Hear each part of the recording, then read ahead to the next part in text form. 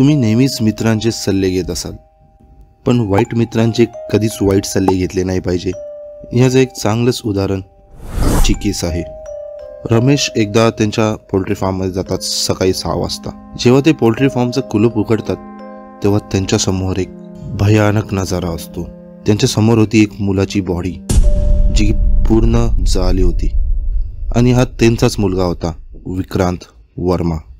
पण कोण कोणाची एवढी निर्दयी अवस्था कसं करू शकतो आणि नक्की हे कोणी केलं, का केलं, कसं केलं, सांगतो, सर्व काही सांगतो.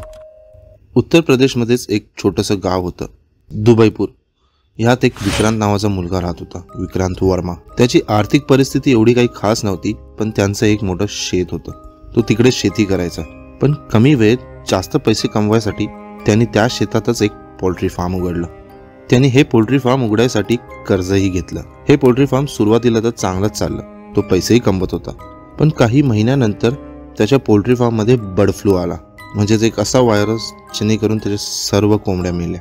यामुळे त्याला खूपच भारी नुकसान झालं. लोनचा EMI आणि काही सोर्स ऑफ इन्कम नसल्यामुळे त्याने आता दिल्लीमध्ये जाऊन एका फॅक्टरीमध्ये नोकरी करण्याचं ठरवलं. नोकरी करून काही पैसे कमवून परत येऊन पोल्ट्री फार्म पुन्हा सुरू करायचं होतं. विक्रांत वर्माची एक बायकोही होती आणि त्याला 2 जुळे मुलंही होते. तो त्यांना इकडेच धोबीपूरमध्ये ठेवून दिल्लीला निघाला. तिकडे काही महिने त्यांनी कामही केलं.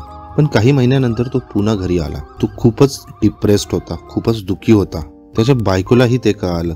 तो नंतर दुसऱ्या दिवशी 6 वाजता मित्राकडे जातो सांगून तो घरातून निघाला. आता 10 वाजले होते, पण विक्रांत घरी अजून आला नव्हता. विक्रांतच्या बायकोनी विक्रांतला कॉलही केला, पण कॉल कोणच रिसीव्ह करत नव्हता.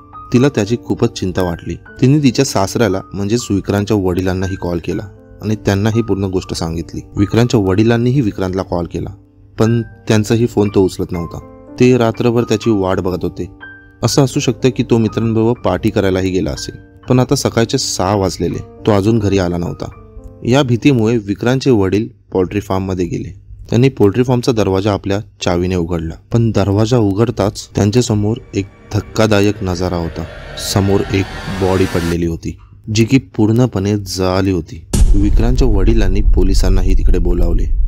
त्याच्या वडिलांनी पोलिसांना सांगितले की हा विक्रांतच आहे, कारण त्या बॉडीच्या भोवती विक्रांतचा फोन, घड्याळ, त्याची गळ्यातली चेन आणि त्याचे कपडेही होते. या सर्व गोष्टींमुळे हाच निष्कर्ष लागत होता की हा विक्रांतच आहे. पण हे केलं कोणी? का हा सुस्ता की मर्डर? विक्रांतच्या बायकोप्रमाणे तो खूपच त्या दिवशी डिप्रेस होता. त्यामुळे असं असू शकतं की विक्रांतने स्वतःचाच अंत अशा प्रकारे केला असावा. आता ही सिंपल आणि सरळ ओपन अँड शट केस होती, पण ह्यात कुठेतरी एक मोठा ट्विस्ट होता. पोस्टमॉर्टम रिपोर्टमध्ये हे कळालं की विक्रांतने खूपच जास्त अल्कोहोल कन्झ्युम केलं होतं. त्याच्या बॉडीमध्ये अल्कोहोलचे ट्रेसेसही भेटलेले, ते पण जास्त मात्रामध्ये.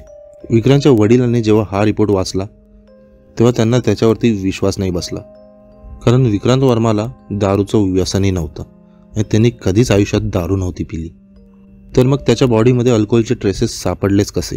त्यांच्यामध्ये विक्रांतला कोणीतरी जबरदस्ती दारू पाजून त्याची हत्या केली असावी असा त्यांचा समज होता आणि त्यांनी हेच पोलिसांनाही सांगितलं. पोलिसांनी आधी तर या केसला खूप इग्नोर केलं, पण नंतर विक्रांतच्या वडिलांकडून जास्त प्रेशर टाकल्यामुळे त्यांना ही केस परत रिओपन करावी लागली. आता त्यांनी त्या गावातच एक प्रचार सुरू केली. ज्याला कोणाला ह्या केसबद्दल काही माहिती आहे आणि तो जर समोर आला तर त्याला बक्षीसमध्ये चांगलेच पैसेही भेटणार होते. या प्रचारानंतर गावातून एक माणूस पुढे येतो. तो जे पोलिसांना सांगतो ते खूपच शॉकिंग होतं. तो पोलिसांना सांगतो की माझं तर विक्रांतवरती रोज फोनवर बोलणं होतं. हे ऐकून पोलीस शॉक होतात, कारण असं शक्यच कसं आहे? विक्रांत तर ऑलरेडी मेलेला, तर मग तो फोनवर कसं बोलू शकतो? पोलिसांनी त्या माणसाचं इंटरॉगेशन केलं. त्याच्याकडनं विक्रांतचा नंबरही घेतला आणि तो नंबर ट्रॅकिंगला लावला. ट्रॅक करताना त्यांना हे आढळलं की तो नंबर पानिपतमध्ये ॲक्टिव्ह होता. ते लगेचच त्या लोकेशनमध्ये गेले. आता येतो एक मोठा ट्विस्ट. तिकडे त्यांना विक्रांत भेटतो, तेही जिवंत. ते विक्रांतला लगेच अरेस्ट करतात आणि पोलीस स्टेशनमध्ये घेऊन येतात. आता विक्रांत त्यांना एक स्टोरी सांगतो.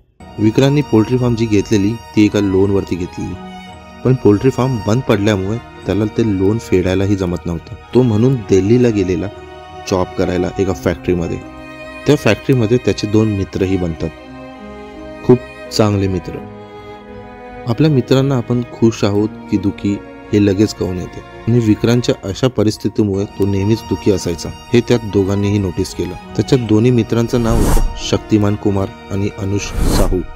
त्याने विक्रांतला त्याच्या दुःखाचं कारण विचारलं. विक्रांतने त्यांना सर्व काही सांगितलं आणि अजून एक गोष्ट सांगितली जी कोणालाच माहीत नव्हती. ती म्हणजे विक्रांतचं एक एक्स्ट्रा मॅरिटल अफेअर होतं. त्याच्या जुन्या प्रियसी बरोबर त्याचं प्रेम प्रकरण चालू होतं. त्याला बायको बरोबर नाही तर तिच्या बरोबर राहायचं होतं आणि ती मुलगी पानिपतमध्ये राहायची. ही सर्व गोष्ट त्याच्या मित्रांनी ऐकल्यानंतर त्याच्या मित्रांनी एक सल्ला दिला.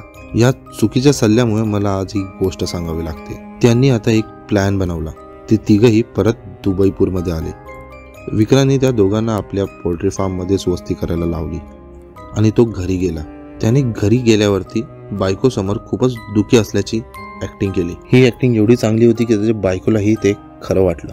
हे असं वातावरण करून तो घरातून 6 वाजता निघाला मित्राकडे जातो सांगून. तो त्यानंतर शक्तिमान आणि अनुषला भेटला. ते तिकडून एका देसी दारूच्या ठेक्यावरती गेले. ते तिकडे एका व्यक्तीच्या बाजूला जाऊन त्या टेबलवरती बसले. त्याच्याशी त्यांनी चांगली ओळखी केली. चांगल्याच गप्पा रंगू लागल्या. त्यांनी त्याला अजून दारू पाजली, खूप जास्त. त्यानंतर तिकडून ते त्याला पोल्ट्री फार्म मध्ये घेऊन गेले. अजून दारूच्या लालचमध्ये तो माणूस त्यांच्याबरोबर पोल्ट्री फार्म मध्येही आला. पण जास्त दारू पिल्यामुळे त्याला काहीच शुद्ध नव्हती. त्याने तिकडे त्या माणसाचे कपडे काढले. विक्रांतनी स्वतःचे कपडे त्या माणसाला घातले. त्याने त्याची गळ्यातली चेन आणि घड्याळही त्या माणसाला घातले. त्यानंतर त्या माणसावरती रॉकेल टाकून त्या माणसाला जिवंत जाळले. विक्रांतने त्याचा फोनही तिकडेच टाकला.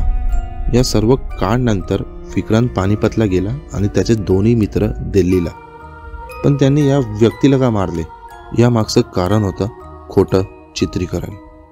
हो, विक्रांतवरती खूप जास्त कर्ज असल्यामुळे आणि त्याचं पुढचं आयुष्य त्याच्या प्रियसी बरोबर काढायचं असल्यामुळे त्याला त्याच्या मित्राच्या सल्ल्याप्रमाणे एक आयडिया भेटली. ती आयडिया ही होती की त्याला स्वतःच्या सुसाईडबद्दल खोटं चित्रीकरण करायचं होतं, जेणेकरून त्याच्यावरती असलेलं सर्व लोन माफ होईल आणि तो त्याचं पुढचं आयुष्य तिच्या प्रेयसी बरोबर सुखाने नांदू शकतो. ही गोष्ट ऐकून पोलिसांनाही धक्का बसला.